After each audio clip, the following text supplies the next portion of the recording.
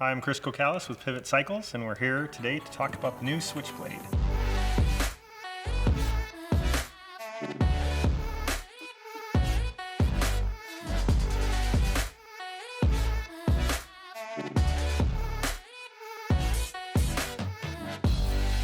I've got Stefanie McDaniel with me and Rob Drew, both Pivot athletes, enduro racers, and it's been a pretty cool week because we got to get them both out on the new Switchblade for the first time.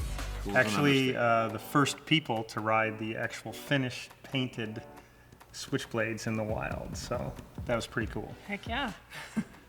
Even in some weather too here for Phoenix. It was an honor. It was chilly, but it was fun. Did you get rained on at all? We caught a little bit of rain in the beginning. Early in the week, we caught a little bit of rain. But the day we were out last, it was just windy and cold. But the dirt was amazing.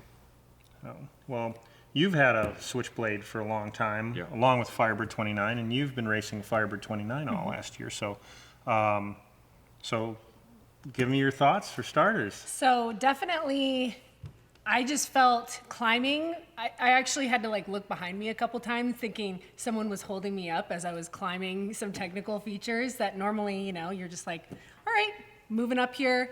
So I'm like, wow, this thing climbs pretty well. And then, you turn it downhill and it just begs to be, just pumped, and everything about the bike is so playful, a lot more playful than the Firebird, which is amazing to ride on a South Mountain. Yeah, the Firebird's so planted, and it's a ultra stiff bike, but it also just sticks to the ground. Yep. And Switchblade does too, Yeah. but in a different way. Definitely. It definitely allows you to get up on top of the stuff and throw it around a lot easier. It's a lighter frame too. Yeah. What did you think of the bike compared to your Switchblade or your Firebird 29? So I've had a Switchblade ever since I've been riding for Pivot. And although I love every bike I've had the good fortune to ride, when people would ask me if you could only have one Pivot, which would it be? It was always the Switchblade. The Switchblade's always been my favorite go-to bike. And so I had some concerns knowing that it was getting long in the tooth and you were looking to refresh it. I just had some fears, like what if Chris makes a change and goes a direction that I don't like, or I don't love it as much. It's one of those things, just fear of change. And Yeah. the thing blew me away. I would never have believed you could have improved every aspect of that bike, but everything I could have hoped for, you hit the nail on the head. I'm excited. Well, we do a lot with that, and we wanted to make sure we did kind of find the limit of where it wasn't as good. So there is a point on any bike where too long or too slack, and when we're doing the prototype process, we always work towards that and then kind of come back from the edge a little bit. And that was one of the goals with this bike. Obviously, the Firebird 29 it's fantastic in a park situation and a pro EWS, the gnarliest of enduros. But even for most enduros, it's a lot of bike. And even on our gnarliest stuff on South Mountain, it's awesome, but it's almost too much, more bike than you certainly need. But it doesn't really, like every other Pivot, it doesn't give up anything. You don't pay a penalty for having a bike so capable. It doesn't challenge you on the climbs. It's incredibly effective. No, but when you get a bike like the Switchblade and it backs that off a little bit and it gets more in the middle of it'll do everything on South Mountain. It will do a park. Yeah. It will do those pro level enduros, but it also has a poppiness and an ability to climb. And that is a variety of things. The reach is longer, but on a medium frame, it's about 5 millimeters shorter than where we're at on the current Firebird 29. We did steepen the seat angle a little bit, obviously, slacken the hat angle a little bit, but it's a combination of incremental changes. Yeah, well, it seemed like there was nothing. If you asked me to make a list of things on the previous Switchblade that I would like to see changed, I couldn't have thought of anything that I would like to see changed.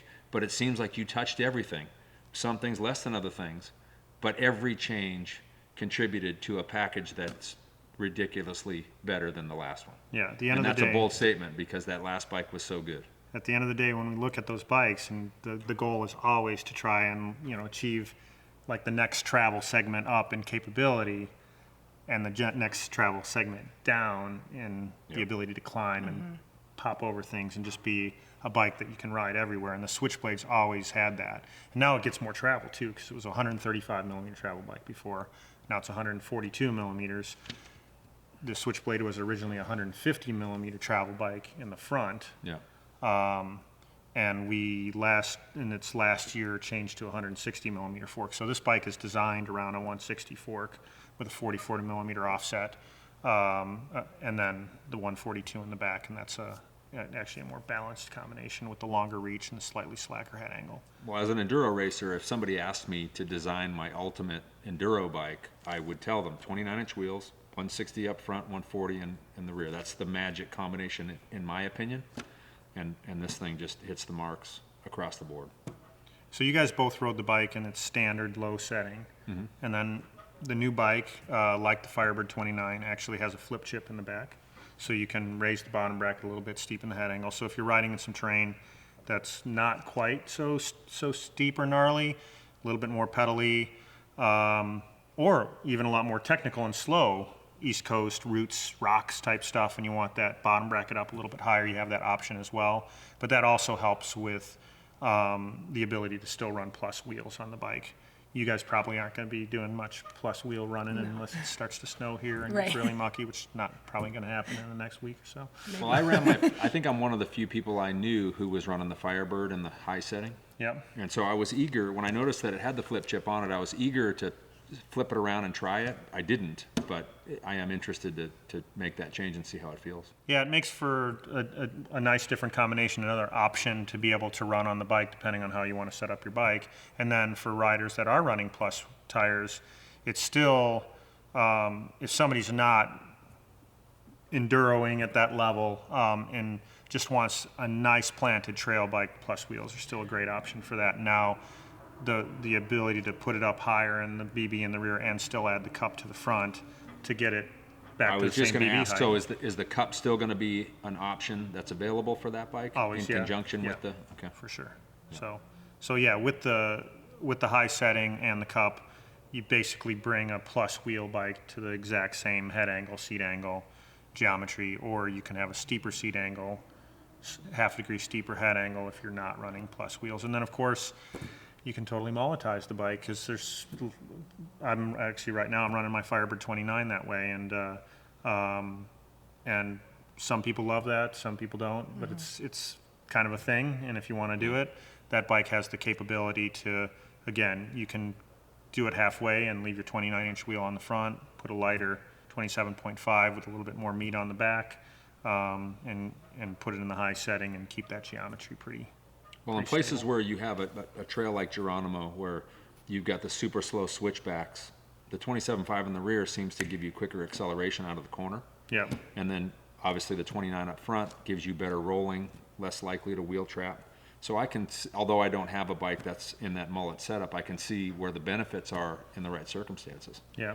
Or super steep stuff, if you're going to get in the back seat, you don't have to worry about getting your butt torn up by the tire. Yeah, I think that's probably the bigger thing, depending on the size of the rider. If somebody's struggling, likes to ride really steep stuff, and wants to have that extra just little inch, 'cause that's really about all it is, you know, and of clearance.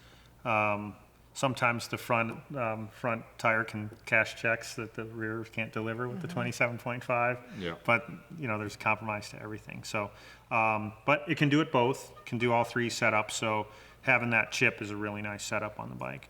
Yeah. Is there anything else about the geometry? What was the difference that you made, or what was the change that you made on the seat tube angle? Because it feels like it's, I never had a concern about that on the previous model, but the difference of the seating position, cockpit spacing wise, from up to down, seemed to have a lot more change than it does now. There's more consistency, it felt like to me. Yeah, there's several things going on with seat angle. So when a company lists its effective seat angle, that's generally a position in space over the center of the bottom bracket, where they draw a line from that point down through the center of the bottom bracket. It's not usually where the seat tube actually passes through the bottom bracket, because pretty much every company for tire clearance and other reasons, winds up with that seat tube forward of where the bottom bracket actually sits. The more a company pushes that forward, the more the angle is going to change when you adjust the seat. So we pick that seat angle at a fairly high setting in space, not at the top of the seat tube, more of a realistic seat post height. And on the newer bike, the seat tube is actually closer to the center of the bottom bracket, so you don't get a big change in seat angle as you lower the seat. The positive of that really is smaller riders, taller riders, you get consistency, but we also did go steeper on the seat angle. So I think the old bike was sitting, once we put this 160 fork on it, something like 72 and a half on the seat angle. This one in the high setting is at 76, so quite a big difference there. Yeah. Because the geometry has gotten longer, top tube lengths are still relatively consistent with the old bike. So if you rode a large before with the 45 millimeter stem, you can ride a large now with a 45 millimeter stem. The other thing with the seat tube and getting it straighter and more in line is just a massive adjustability for the dropper posts. So we did two things with that. Is it's straighter, so you can run the dropper post almost all the way down to the DW link pivot.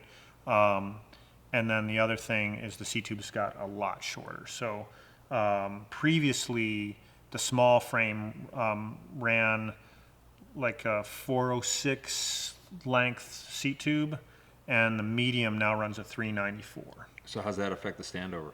The standover has gotten lower. That's really because of the new linkage and the vertical shock, which we can go over that in a minute. But the seat tube being shorter allows everybody to be able to run a longer dropper post. So we've got kind of the iceberg effect of the dropper, how far it can go to the collar. But if the seat tube is too high, then 150 millimeter, 175 millimeter post to the saddle might still be too much extension for somebody. Yeah. But with a shorter seat tube like this, you can just go up to the next dropper height, so that gives you a lot more options there as well. Yeah. So you'll see on the spec of the bikes too, all the dropper post lengths have grown per size on the spec sheet on this bike too. So, Yeah, so the vertical shock, the rocker linkage, I love it. So we had that. It's funny because people thought that was a brand new thing for us when we launched it on the Mach 4 SL, but the first Firebird aluminum had that, the first downhill bike had that, and then basically for different reasons with the Mach 6 and the first Switchblade, when we were trying to find better ways to get clearance, seat tubes hadn't steepened so much at that time, and the Clevis design really brought some nice things to the table for us. But the vertical shock design, now we can fit everything in. There's been a trend both towards towards steeper seat tubes and then slightly longer chain stays. So when we designed the original Switchblade, that's another thing that makes the bike more balanced on the downhill as well and more settled. All that weight centralized down low. Yeah, well, the chainstay length was super short gotcha. on the original Switchblade, and it's still short, but we've increased it by a few millimeters, and that makes a big difference on getting the wheel out there a little bit more, combined with the steeper seat angle. We don't need that packaging of the Clevis quite in the same way anymore, and so the vertical shock actually eliminates a whole another machine part, the weight of the Clevis, and then we can make everything more compact. We can get that shock all the weight down by the center of the bottom bracket. The trunnion shocks, the metric length shocks, those things came along and are really advantageous with a vertical shock mount. Yeah. Because the width of the trunnion is right there to the outside of the rocker mounts, and it just bolts right up. So, not that people change their shocks very often, but if they do, like service, from the service side, it's super simple, super fast to swap out a shock. But the shock, the bearings are in the seat stays, it bolts right into the side of the the rocker mount bolts right into the side of the shock, and it's just super simple to use. Well, speaking of trends, a lot of people are jumping toward coils on a lot of bikes, and I know previously on the pivots it had been difficult because of the rising rate of the linkage or because of how linear they were, you couldn't really get something with a coil that had a quick enough ramp. How's Yeah. this bike going to deal with that? That's a great question because we had a whole bunch of things going on. The vertical shock and the elimination of the clevis just alone makes it way more compatible with coil shocks, even if we didn't do anything to the rate on the suspension. But it eliminates that clevis, which basically lengthens the shock and puts a lot of extra load on it. So we've got that with the metric shock with wider bushings, a much smoother running setup there. And then the new linkage is a much more progressive rising rate linkage. So it was designed from the get-go to be able to run a coil over shock. Well, it seems like the progression of the rocker linkage makes the feel of the bike much less susceptible to the friction of the bushing package. I didn't feel like that thing was lacking, and I run my stuff really fast, and the performance of that thing for me was just really right on. Yes, you do. You just open that rebound damper up. Wide open. If I could go 10 more clicks, I'd go. We could pour some water in that shock for you. There we go. Yeah, it's everything we've worked on over the years, whether even on the Firebird 29 was with the short clevis, was to reduce friction, and a lot of things with the metric shock as well aid in that. And so, yeah, you just get a much smoother running setup, but really everything being so compact and low, the entire process we go through with laser frame alignment and all post machining on all our bearing pockets and everything after the frame is manufactured, that stuff all makes for longer lasting, smoother running pivots. And then you don't get any bind. Stuff like the trunnion shock, if a frame isn't aligned, can actually create more of a problem because there's less areas of give now. Now it requires even higher precision, which we've always had, so that's not a non-issue. So overall, we just get all the benefits that come with that design. The other thing too is the Dpf Shock.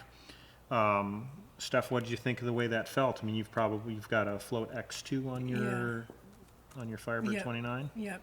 It felt amazing. The settings are great. It just took everything that I put at it. So typically the DPX2 is, if you've really dialed in on a Float X2, going to a DPX2 is like, eh. Right. Yeah, I'm like, okay. We've been through so many iterations of testing with Fox on this, and this one is not your typical DPX2 shock. It's actually got all new internal piston design on it, not just a valving change.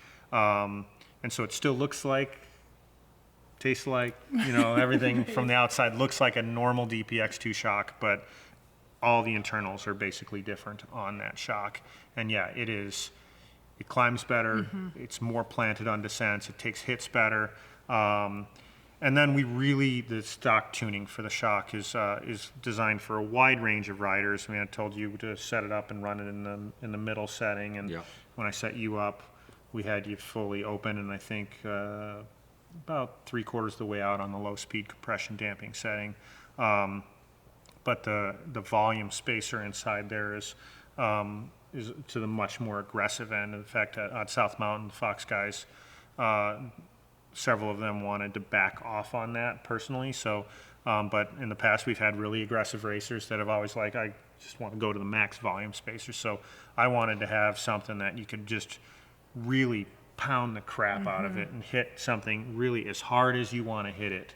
And then if somebody's riding the bike in a different way, they can always back off a volume spacer pretty easily. But we wanted to set it up for an aggressive rider first. Yeah, I prefer to typically have more ramp and less damping. And that gives you plenty of ramp. And is there something different about the rebound circuit on this shock? Everything changed with the new valving and the new piston design on the shock, but the actual circuit itself, where the oil flows through the head, the forging of the shock head or the casting of the shock head is the same DPX as before. Yeah, normally with the X2, I leave it pretty close to open on the rebound side, and this felt like it was quicker reacting than even the X2 had been for me before. So yeah, part of it too was to be able to get the wide as wide a range as possible. So some of the stuff in the past, you click the rebound clicker on that shock, and it had a pretty narrow range, even though it has 12 plus clicks on it. Now when you close it down, it's pretty closed down. When you open it up, it's poppy like you like it. Yeah. So one of the other things, when you took the first bike out, one of my prototypes, I sent you out on the live valve. Live valve. That was my first time out on that stuff. And yeah, I was shocked, and that was when I sent you that email, basically saying, how do you make a bike climb better that also descends better? Flying in the face of the belief we've all had that if you want to be more capable climbing, you've got to concede something on the descending, and vice versa. And this bike just gives the middle finger to that whole rule. Yeah. So if you've got the money to play, the live valve is pretty awesome. Yeah. We've been over the live valve with the Mach 4 and the Mach 5.5, but it really does open up the abilities at either end so that we can run the shock even a little bit plusher in the full open position and give you better pedaling on the climbs. Well, I noticed on that bike where the controller goes under the frame, you've got another pair of bolts there. It looks like a upside down water bottle cage mount. Probably around sea otter time? There'll be There'll things be something coming, secret coming? something secret coming. Yeah, some more Kind of Chris like when we launched live valve on the Mach 5.5, but there was no live valve and nobody knew about it. They were like, "What are all these holes for in our frame?" Yeah, there's something coming. Don't worry about it. It's going to be good. Don't worry about it. Trust me. It'll be good. We always try and make the frames, future compatible. So when we're working on something that might not be quite ready for prime time yet, That's what the turbine bolts are. The turbine engine bolts on right there. Yeah, it's an e-bike. Yeah. It's an e-bike motor. It fits on 2 water bottle bolts. It's like 100 horsepower. It's crazy. No, that's not what it is. Anyway, but the frame will have something kind of cool that I think most riders will appreciate when we come out with that. I'm excited to see. So a lot of other things on the bike too, though, are the weight. We wanted to keep the stiffness up, actually increase it in certain areas, but we were still able to take a quarter pound out of the frame, almost 100 grams. So I meant to ask you about that. Does the shock configuration allow you to go lighter on the front triangle of the frame because you don't have to compensate for the load the shock puts there? Because it definitely is noticeably lighter. We do a lot of things on the ride tuning side. So where we want to put the flex and where we want to put the material. It actually allowed us to beef up some things in the rear triangle and increase torsional stiffness even further and put more material in places. We lost the clevis design, and that added, honestly, that's probably half of the weight savings that came out of the frame, just losing that particular part, because the new upper link is not so different in weight from the single linkage that we had on there that bolted onto the clevis before. Yeah, it seems much less susceptible to rear triangle twist under pedal load. So when we designed the original Switchblade, most people don't realize we've actually been through 3 generations of Switchblade swing arms since the original Switchblade. The original one was designed to be able to take this mythical plus tire that never really transpired. It was supposed to be a 3.4-inch tire that was going to come. And so this idea when we were working on that bike was that you could ride your 29-inch wheels all season and then have something that is almost a fat bike in the winter. And so that bike had really big clearance, but also really, really thin chain stays to achieve that. And then it also didn't clear all the crank arms in the marketplace. And if somebody was a higher level rider and they wanted to run something like, God forbid, a 36-tooth chainring on the bike, it also didn't clear with the stuff that was in the market. So the next couple of generations worked on the stiffness of that and increased that. But even within that structure, there was only so much we could do. The new bike in plus configuration clears 2.8 tires, not a mythical 3.4. So everything's designed to get that stiffness up and clear low Q factor, 168 millimeter Q factor, like XX1 cranks or XTR cranks, and then be able to run bigger chain rings on the front as well. I'd be very interested to ride it in plus configuration because with my old Switchblade, I always had a ton of fun riding that way. Yeah, it's not my competitive setup, but if I'm riding for fun, it really it's is still fun. super fun. So, yeah, just some other things on the bike too. Same Colors? colors. Well, colors are important. Colors. What do you think of the colors? I think the colors are awesome. Which color do you like more? Well, I rode the blue one, so I like that, but the green is pretty sweet. Yeah, And it you just rode the green. it was fortuitous that Callie had just given me an olive green helmet before I even knew what the color was going to be, and boom, there it is, the match. Yeah, It's when fate. we rolled that out here in the company, everyone was a little bit shocked because it's not my It's definitely a it's not departure. my typical, but I might wind up on that green I bike. like it. It's pretty I cool. like it. Nice. So, yeah. And the great thing is both colors are fantastic. So if I had to flip a coin, I wouldn't be heartbroken either way. Good. Yeah. I'll We'll see. take anyone you You'll want to take give me, buddy. Yeah, I'll take anyone. It's not- always I'm not a good picky. thing when you can't pick which is your favorite. When you're So, done with the one I was riding, I'm happy to have that one. yeah, I'm sure you are. Yeah. So, what else we got? So we've got new geometry, new colors. The build options on the bike are, if you look at our current Switchblade on, I think it's still up on the website, or the Firebird 29, any of the build spec, we have our race team or race pro and team level builds. We continue with those, but there are some cool things on the builds. This one comes with a Grip 2 fork now. Yeah. That's a great damper. You and I were talking about how good that damper is. I mean, Yeah. obviously, I loved it on the Firebird, and it's on the Enduro build. Yeah, I noticed also, Yeah. which is great. So that So that'll be on the exciting. pro and team builds, and then the race build will get the grip fork, which is still totally awesome. The dropper posts on the pro and team builds go from a normal Fox dropper now to a Kashima coated dropper, which is something that a lot of people have been asking for. They like their Kashima forks to match their seat post.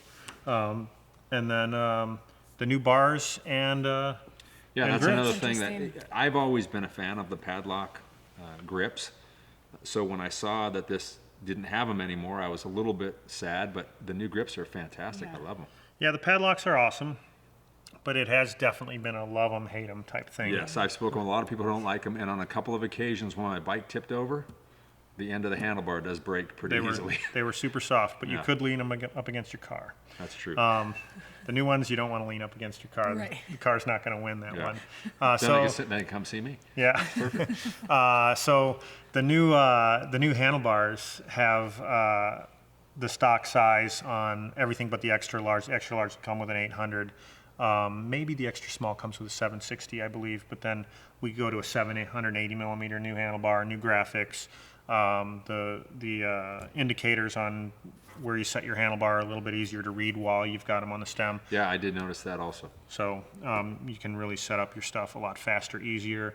But the new grips are a big deal because we wanted to bring some of that, basically the ergonomics and what we were achieving with the padlock, but having something a little bit more connected for the rider. The interface between your gloves and the grips is really good. Yeah. So you don't have to hang on so tight. That's one thing I was noticing. No, it's really sticky whether you're running gloves or no gloves, whether it's wet or dry. They've got a lot of grip to them, a lot more rubber on the back. It's kind of an oval shape, also a taper. Everything to put your hands in a really natural position, left and right hand specific grips, and then a hard plastic end. So if you do go down or scrape a wall, as you sometimes more durable. have to do the curb feelers on South Mountain when you're coming around the corner. Yeah, it's definitely more durable for that. Then the bike too comes, just like the last one, comes in extra small through extra large sizes, but the new extra small is almost as small as the Mach 4 extra small, so you can get down to that 5 foot tall rider. So and- people who previously maybe couldn't ride a 29-inch bike Yep. can now fit on the bike. They can fit on the bike.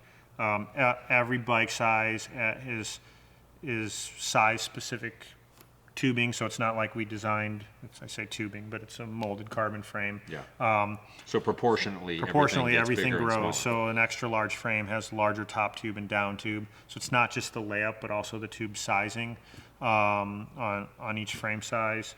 And yeah, so along with that, the vertical shock mount that also, and with the live system, we also had to fit all of that in there, and we really focus on that extra small size, because if we can get everything fit on the extra small size, we can get it to fit with lots of clearance on the bigger sizes. So the extra small size and all of them fit in a large water bottle cage as well. Yes. So Yeah, that's clutch for me. the curvy down tube on the old Switchblade, and then the addition of the DPX2, that was kind of a tight fit is an understatement. It didn't really, the two weren't really compatible with each other anymore, and now you can have it all. So Yeah, and it's actually a higher mounting position in the Yeah, bike easier than to previously. reach. So yeah, it's it's very easy.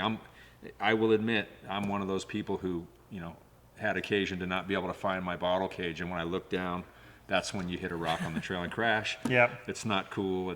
You hope nobody sees you. Yeah. But So now it's much less likely on this bike. So stuff like that, the straighter lines, the water bottle cage stuff, even the ability to reach down and how you get the lever to the lever on the shock if you want to reach for the lever, all of that stuff is better. The lower link is wider. There's no cable housings running underneath. So really the advancement of the pivot cable port system, the rubber protection, the way it is on the chainstay, very similar to what we did on the Mach 4, where chainstays are sitting higher, and then we've got the raised ribs on the protectors off a softer rubber. Really makes the bike quiet, and so there really is just not a detail that we left unturned on the bike to make sure that it checks all the boxes and really sets a new standard for where we're going in this category of enduro, trail bike, all mountain, whatever you want to call the category, but we want to make sure that it's all covered there. I can't wait for the world to see this bike. Well, by It's the gonna time be they see so your video exciting. here, So they'll have seen the exciting. bikes. Yeah, it's really, really good. I think everybody thinks we're jaded, because we're family. But the truth of the matter is, this is just a fantastic bike. Hard to believe you could improve every aspect of my favorite bike, but you did it. I love you, Chris. Just for I you. love you, man. You did it for me, man. I love it. Very And exciting. and Steph is going to have to make a difficult decision this year. I know. Actually, it's not too difficult to have a No. decision to have more than one First bike. Exactly. First world problems. Yeah, exactly. I've got to decide which fantastic bike I've Which got to ride. one? Yeah, I just keep one of each, Yeah, exactly. or you can have one of each color. Yeah. Let me see. So, Well, Steph, I say a huge round of applause for Chris. thank you guys. Let me give you a little so you don't have to Oh, break your stop it. arm, pat yourself on the But thank you guys for coming, Yeah, thank you. Thanks for Thank having us. everyone for Thanks for listening. letting us ride the bike. and Yeah. hope you all enjoy the new Switchblade. Go out and order one now.